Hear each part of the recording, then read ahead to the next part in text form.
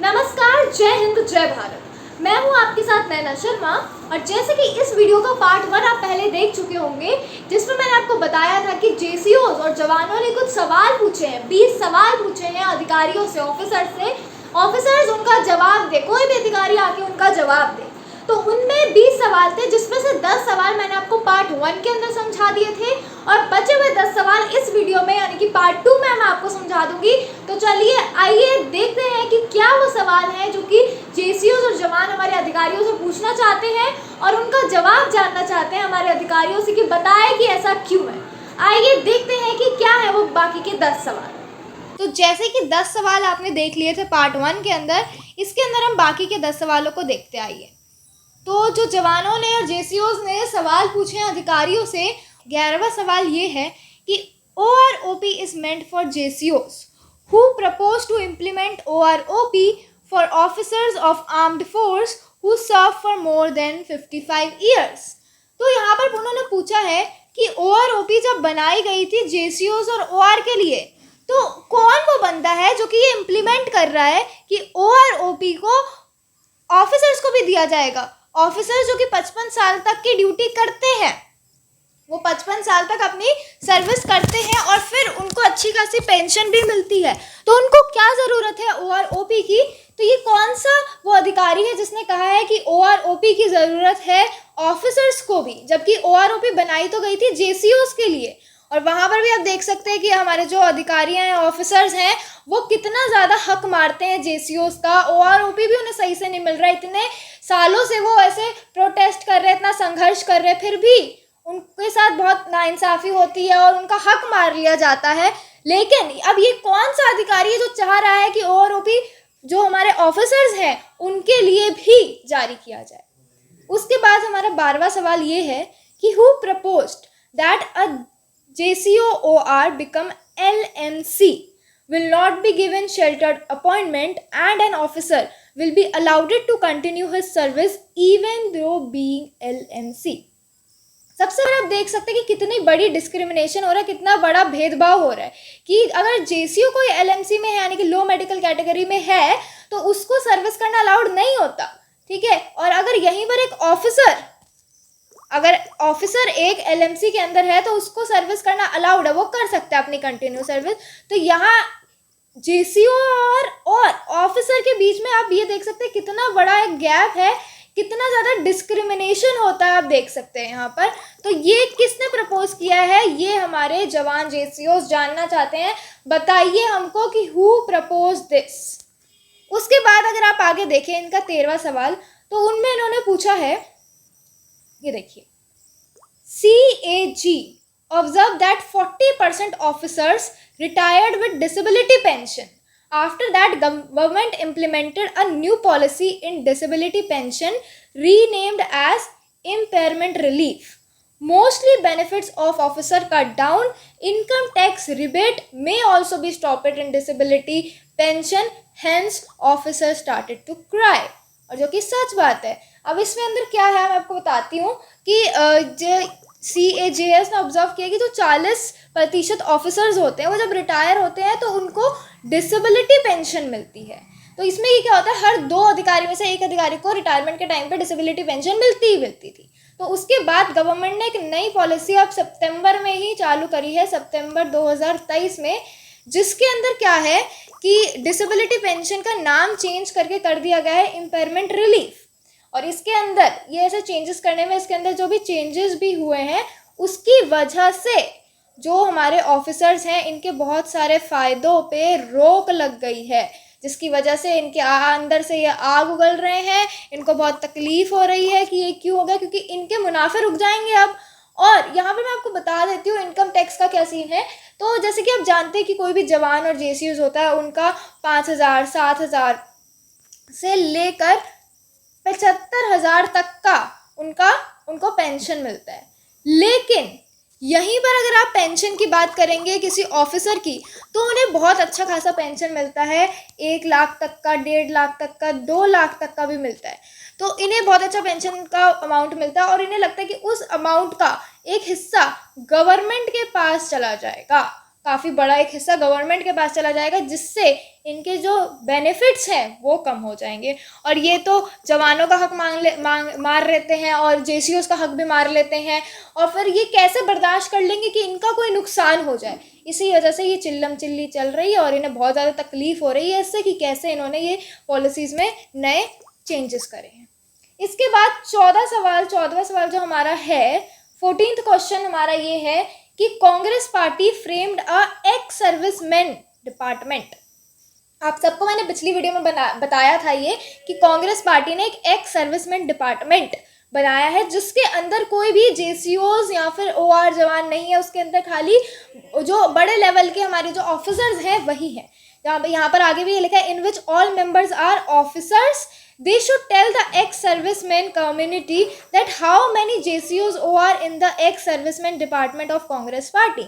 तो यहाँ वो बोल रहे हैं कि कांग्रेस पार्टी भी ये बताए या कोई अधिकारी भी बताए कि जो कमेटी या जो डिपार्टमेंट हम जवानों के लिए बोल रहे हैं, जेसीओज के उसके लिए बोल रहे हैं, उसके अंदर जेसीओज और जवान है ही नहीं, उनके मेंबर है ही नहीं। उसके अंदर खाली 5-6 ऑफिसर्स है, जिसमें से बस एक मेन ऑफिसर होता है जो बोलता रहता है। बोल वो जवान के हक के लिए रहे हैं, बोल वो जवान जेसीओज ओआर के हक के ले रहे हैं, लेकिन इनका एक भी मेंबर उसके अंदर नहीं है। तो ऐसा क्यों? इसका सवाल या इसका जवाब या तो हमें कांग्रेस पार्टी वाले दे, या फिर इसका जवाब हमें कोई भी अधिकारी आके दे कि जब तुमने डिपार्टमेंट बनाया है, जिनके लिए बनाया है, जिनके लिए काम कर रहे हो, जिनके लिए बोल रहे हो, कम से कम उनका कोई मेंबर तो तुम्हारी उसके अंदर होता, कमेटी के अंदर, तुम्हारी इस डिपार्टमेंट के अंदर। उसके बाद 15वां सवाल ये है कि Congress parties ex serviceman department has not taken the anomalies in OROP 1 and 2 till date, and as the election of 2024 is close, they are started to shouting for JCOs ORs. Why they not take up the issue of pension anomalies of JCOs OR till date? बहुत बड़ा सवाल है ये, बहुत बड़ा और बहुत सही सवाल है जो कि हमारे जवानों ने यहाँ पर पूछ लिया है। तो बताइए इसका जवाब, जो भी ऑफिसर अधिकारी इसका जवाब देना चाहते हैं वो बताइए। कांग्रेस पार्टी अगर इसका जवाब देना चाहती है वो भी बताएं कि आपने एक्स सर्विसमैन डिपार्टमेंट बना तो लिया, लेकिन आपने OROP 1 और 2 जब चल रहा था अभी भी, तो आपने कुछ नहीं बोला तब तक। अब बोल रहे हैं क्योंकि अब आ रहे हैं इलेक्शन की वजह से ये जो आप इतना चीज़ें कर रहे हैं खाली वोट पाने के लिए। 2014 में भी हमने देखा था कि किस तरह से हमारे जवान जेसीओज ने हमारे को एक सत्ता को चेंज कर दिया था, तो अब भी कुछ भी कर सकती है। ठीक है, तो कांग्रेस अभी तक सो कैसे रही थी? एकदम से जैसे ही हमारे इलेक्शन पास में आ गए तो कांग्रेस को हमारे जेसीओज ओआर जवानों के बारे में याद आ गया, उनके बारे में चिल्लाना चालू कर दिया। तो अब तक ये इशू पेंशन का आगे क्यों नहीं आया था? अब तक कहाँ थी ये कांग्रेस, कहाँ सो रही थी इतने सालों से? उसके बाद हमारा 16वां क्वेश्चन ये है कि who are demanding for NFU non functional upgradation. पहले मैं आपको यही बता देती हूँ नॉन फंक्शनल अपग्रेडेशन होता क्या है। इसका मतलब ये होता है कि एक ऐसे ग्रुप होता है ऑफिसर्स का, अगर उसमें 5-6 मेंबर्स होते हैं, तो उनमें 5-6 मेंबर से अगर एक मेंबर को भी अपग्रेडेशन मिल गया, यानी कि उनको प्रमोशन मिल गई, तो बाकी के सारे मेंबर्स को भी अपग्रेड कर दिया जाता है। तो यहाँ पर जो हमारे ऑफिसर्स हैं वो इसकी डिमांड कर रहे हैं बाय टेकिंग, आप आगे तो देखिए क्या, by taking MASP of JCOs and OR into comparison. मतलब इन्हें OROP, इन्होंने इतना हक मारा है जवानों का, बहुत चीज़ों में हक मारा है, अभी भी इनको चैन नहीं है, अभी भी इनको JCOs और OR को जो MASP मिलती है उससे इन्हें तकलीफ है। उनके कंपैरिजन में ये चाहते हैं ऑफिसर्स के लिए भी NFU आए। तो आप देख सकते हैं किस हद तक ये गिर रहा है। तो कौन इसकी डिमांड कर रहा है ये हमारे सैनिक जानना चाहते हैं। 17वां क्वेश्चन इसके नीचे आप देखेंगे, उस पर लिखा है कि government issue new policy on disability on 21 September 2023 and directed that candidates invalid out during training will not be benefit with disability pension, hence officer became angry। ये तो होना ही था। इसमें क्या है, गवर्नमेंट ने जो आपको मैंने अभी ऊपर भी बताया कि सितंबर 2023 में डिसेबिलिटी पेंशन के अंदर नई चेंजेस लेके आई है, उसका नाम चेंज करके इन्होंने इम्पेयरमेंट रिलीफ कर दिया है। उसकी वजह से ऑफिसर्स के कई सारे जो बेनिफिट्स हैं वो कम हो गए हैं और बहुत सारी चीज़ें उनको इफेक्ट कर रही हैं, जिसकी वजह से जो ऑफिसर्स हैं उनके अंदर एक आग जल गई कि ऐसा कैसे हो गया, ये वो चिल्लम चिल्ली कर रहे हैं और इसी की वजह से वो एंग्री हो गए, यानी कि गुस्सा हो गए हैं। तो ऐसा भी क्यों हो रहा है? क्यों आप थोड़ा सा जेसीओज और जवानों की तरक्की जो छोड़ी, उनकी तो आपने तरक्की मार ही दिया पूरी तरह से। उनको जो थोड़ी सी वो मिलती है, उनकी ज़रूरतें की चीज़ें होती है, उनका हक होता है जो, आप तो वो भी मार लेते हैं। और आपको अगर सरकार भी कुछ उनके लिए कर दे, आपको उसमें भी आपत्ति आ जाती है। उसके बाद नीचे आप देखेंगे 18वां क्वेश्चन ये है, ऑफिसर्स टेकिंग जवान एज सहायक and if they denied they are sidestepped, who is responsible for death of Amit Singh. बताइए अमित सिंह जी की मृत्यु के जिम्मेदार कौन था? राइफलमैन अमित सिंह जी जो थे, उनकी मृत्यु का जिम्मेदार कौन था? आप ऑफिसर जो है वो जवान को एक सहायक की तरह ट्रीट करते हैं, और अगर वो उनकी बात ना माने तो ऑफिसर उनको साइड स्टेप कर देते हैं। तो ऐसा भी क्यों, इसका जवाब दीजिए। उसके बाद 19वां क्वेश्चन ये पूछा उन्होंने, आर द ऑफिसर्स कंसीडरिंग जेसीओज ओआर एज फूल। ये जो ऑफिसर हैं ये जेसीओज और ओआर को मूर्ख समझ रहे हैं क्या? वाई दे आर कॉलिंग जवान जेसीओज और ओआर। अब इलेक्शन के टाइम पे जानते हैं कि इलेक्शन आ रहा है, तो अब ये जवान जेसीओज और इनके उसमें दिखा रहे कि हम इनके हक में बोल रहे हैं, हम इनके लिए बोल रहे हैं। तो आपको याद दिला दे 2014, भूले ना आप, हमारे जवान जेसीओज ओआर बेवकूफ़ बिल्कुल नहीं है, उन्हें पता है उन्हें क्या करना है। बस आप ये जो उनका हक बार बार मारते रहते हैं, अपनी जो आपकी हरकतें हैं उससे सुधर जाइए आप लोग। उसके बाद नीचे 20वां सवाल आपको बताती है, जो कि आखिरी सवाल है हमारे जवान जेसीओज का अधिकारियों से।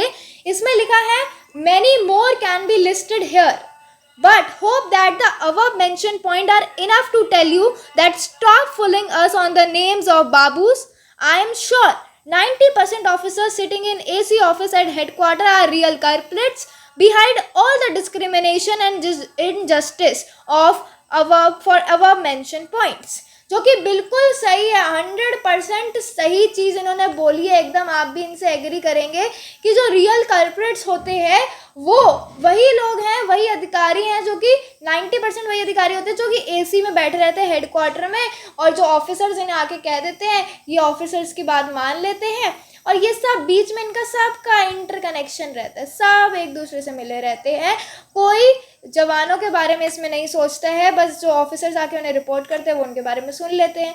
तो उन्होंने यही बोला जवानों के लिए कि बहुत सारी चीज़ें अंदर लिखी जा सकती हैं इसमें, मगर हम उम्मीद करते हैं कि जो हमने ऊपर लिखा है आप वो समझाएंगे, समझ जाएंगे और बेवकूफ़ बनाना हमें बंद कर देंगे किसी भी बाबू या नेता के नाम पे। और ये जो रियल कल्प्रेट हैं, जैसे कि आपको यहाँ पर बताया जा रहा है कि 90% ऑफिसर्स जो वहाँ पर बैठे होते हैं एसी के अंदर, वही रियल कल्प्रेट्स होते हैं हेडक्वार्टर में। ये बहुत सही चीज़ है, क्योंकि इस पर पूरी इन्वेस्टिगेशन होनी चाहिए। जैसे बीच में भी मोदी ने बोला था कि इतने पैसे उनको OROP के लिए निकाले गए हैं, दिए गए हैं, और वो जो हमारे सैनिक थे उन तक तो पहुँचे ही नहीं, तो वो गए कहाँ, उसकी भी इन्वेस्टिगेशन तो हुई नहीं, वो कहाँ गए? ऑब्वियसली बीच में ऑफिसर्स हैं, इतने सारे लोग हैं, वो खा गए, और यहाँ हमारे सैनिक जवानों तक कुछ पहुँचा ही नहीं। तो इतना ज़्यादा डिस्क्रिमिनेशन होता है, इतना ज़्यादा भेदभाव होता है, उनका इतने हक मारे जाते हैं हमारे जवानों के, जेसीओज के और हमारे OR के। तो उनको उनका हक मिलना चाहिए, तो सरकार को उनकी बात सुननी चाहिए। और ये जो उन्होंने सवाल पूछे हैं, सरकार बताए, अधिकारी बताए, कोई भी बताए, इन सवालों का जवाब दे, ऐसा क्यों है? बहुत ही सरल और ज़रूरी जो वो जानना चाहते हैं जेसीओज और जवान, ऐसे उन्होंने सवाल पूछे हैं, बहुत सिंपल भाषा में पूछे हैं, घुमा फिरा के कुछ नहीं पूछा है। तो अब आपकी जिम्मेदारी है इनका जवाब देना। जितने भी अधिकारी ये वीडियो देख रहे हैं, अगर कोई सरकार का मेंबर ये वीडियो देख रहा है, तो अब आप हमारे जवान भाइयों को, हमारे सैनिक भाइयों को इस चीज़ का जवाब दीजिए। धन्यवाद। मैं हूँ आपके साथ नैना शर्मा, और लेटेस्ट अपडेट्स के साथ आपको मिलती रहूँगी। तब तक के लिए जय हिंद, जय भारत।